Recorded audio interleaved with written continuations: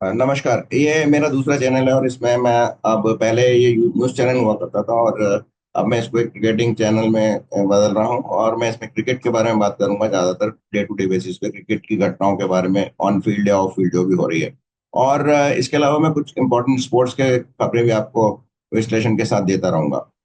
अभी आपको मालूम होगा कि मैं क्रिकेट की बात करूंगा क्योंकि क्रिकेट का ब्रिस्बेन टेस्ट चल रहा है और अभी उस समय जो भारत इस समय जब वो मैच चला तो भारत की हालत बहुत ही कमजोर है। उसके 4 विकेट गिर गए हैं और बारिश मैच बाधित कर रही है। 2-3 बार तो बाधा पहुंच चुकी है आज, और अगर ऐसा चलता रहा तो शायद ड्रॉ हो जाएगा, और ऐसा नहीं हुआ, किसी तरह खेल संभव हुआ तो भारत को पारी की हार का सामना करना पड़ सकता है। खैर, आज मैं इस विषय पे बात करने के लिए आपसे उपस्थित नहीं हुआ। आज का विषय मेरा है कि क्रिकेट कमेंटेटर ईशा गुआ, जो कि ब्रिटेन से है और फास्ट बॉलर हुआ करती थी वुमेन्स क्रिकेट में। ओरिजिनली वैसे तो भारतीय मूल की है, लेकिन साउथ अफ्रीका में शायद उनका जन्म हुआ, ऐसा मुझे पता लगा। उन्होंने ब्रिस्बेन में चल रहे तीसरे टेस्ट मैच के दूसरे दिन जसप्रीत बुमराह पर एक उनको उनकी प्रशंसा कर रही थी, और लेकिन प्रशंसा के दौरान एक कोई विवादित वर्ड उन्होंने यूज किया और उन्होंने उनको एमवीपी का, यानी कि मोस्ट वैल्यूएबल प्राइमेट कहा, जिससे उनके कुछ भारतीय प्रशंसकों को काफी तिप्पटी हो गई और फिर उनको काफी ट्रोल किया गया सोशल मीडिया पर। अ, कुछ लोगों ने तो इस विवाद की तुलना 2008 में जब हरभजन सिंह ने एक के मंकी विवाद हुआ था, जब उन्होंने साइमंड्स को मंक ने कहा था कि उसने उसको मंकी कहा। साइमंड्स का जो डील डॉल है या जो उसकी अपीयरेंस थी उसके अनुसार उनको लगा कि उन्होंने उसको मंकी कहा, जबकि ऐसा नहीं था। हरभजन सिंह ने तो एक विद्या के उत्तर में जो बहुत ही प्रचलित पॉपुलर गाली है वो उनको दी थी, और उसको वो शायद मंकी समझ बैठे। खैर, तो वो विवाद किसी तरह सुलझा।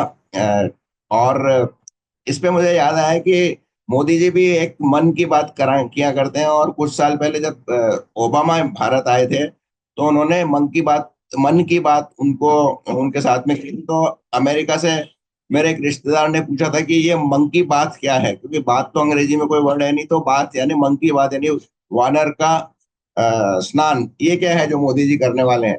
खैर, अब मैं आपको बता दूं कि ये मोस्ट वैल्यूएबल प्राइमेट क्या होता है।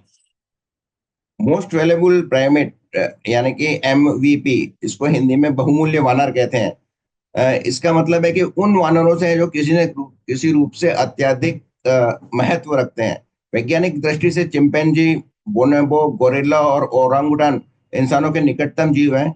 इनके व्यवहार और जीन्स का अध्ययन मानव विकास और बीमारियों को समझने में मदद करता है। पर्यावरण की दृष्टि से भी ये बहुत इंपॉर्टेंट होते हैं। संरक्षण के लिए ये वैसे तो प्रजातियां जो विलुप्ति की ओर है, पर कुछ कोशिश की जा रही है उनको बचाने के लिए। तो एक तरह से उन्होंने जो वानर वर्ड यूज किया, वो भारतीय जो उनके प्रशंसक थे बुमराह के, और अभी केवल बुमराह ही एक ऐसे बॉलर हैं जो कि अच्छा खेल खेल रहे हैं, उनको जरा ठीक से गले नहीं उतरा। तो तुरंत ही जो ईशा गुहा थी उन्होंने एक अपोलॉजी टीवी पे आके ही दी, जिसमें वो रवि शास्त्री के साथ भी बात कर रही थी, और शायद तीसरे ऑस्ट्रेलिया के जो विकेट कीपर थे वो थे उनके साथ, विकेट के पूरा पूरा पूरा गिलक्रिस्ट, एलन गिलक्रिस्ट थे, तो उन्होंने अपोलॉजी दी। उन्होंने तीसरे दिन के खेल में से पहले फॉक्स तीसरे ने आज क्रिकेट पर सार्वजनिक माफी थी। उन्होंने स्पष्ट किया कि उनकी मंशा केवल उनकी बुमराह की प्रशंसा करनी थी, और इससे अगर उनकी भावनाओं को आहत पहुंचाए तो वो उसके लिए क्षमा मांगती है। वो बहुत बड़ी प्रशंसक है और वो किसी तरह की भी जातीय या नस्लीय टिप्पणी नहीं करना चाहती थी और करती भी नहीं है। और उनका जो साउथ अफ्रीकन बैकग्राउंड है वो इसकी उसको अनुमति भी नहीं देता है। उन्होंने कहा कि मैं तो प्रशंसा कर रही थी, लेकिन निश्चित रूप से मैंने एक गलत शब्द का यूज किया जो मुझे नहीं करना चाहिए था। तो ये कहकर उन्होंने रिक्वेस्ट की सारे मीडिया से और बुमराह के प्रशंसकों को कि आपको इस प्रकरण को यहीं समाप्त कर देना चाहिए। इसके बाद रवि शास्त्री जो उनके साथ में कमेंट्री करते हैं और उस चर्चा के दौरान भी थे बाद में, जब उन्होंने माफी मांगी तो उन्होंने कहा कि ईशा गुहा एक बहुत ही बहादुर लड़की है या महिला है, जिन्होंने सार्वजनिक रूप से नेशनल टेलीविजन पे इस तरह से माफी मांगी है।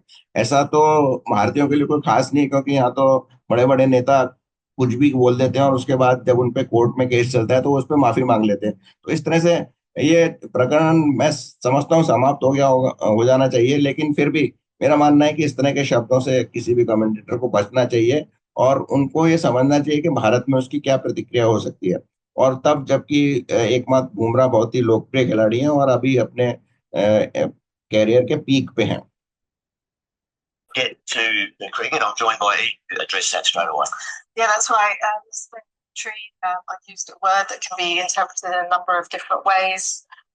Firstly, I'd like to apologise for any offence caused. I set myself really high standards when it comes to empathy and respect of others. And if you listen to the full transcript, I only meant the highest praise for one of India's greatest players and someone that I admire greatly as well. I'm an advocate for equality and someone who has spent their career thinking about inclusion and understanding in the game. Um, I'm trying to frame the enormity of his achievements, and I've chosen the wrong word. And for that, I am deeply sorry. As someone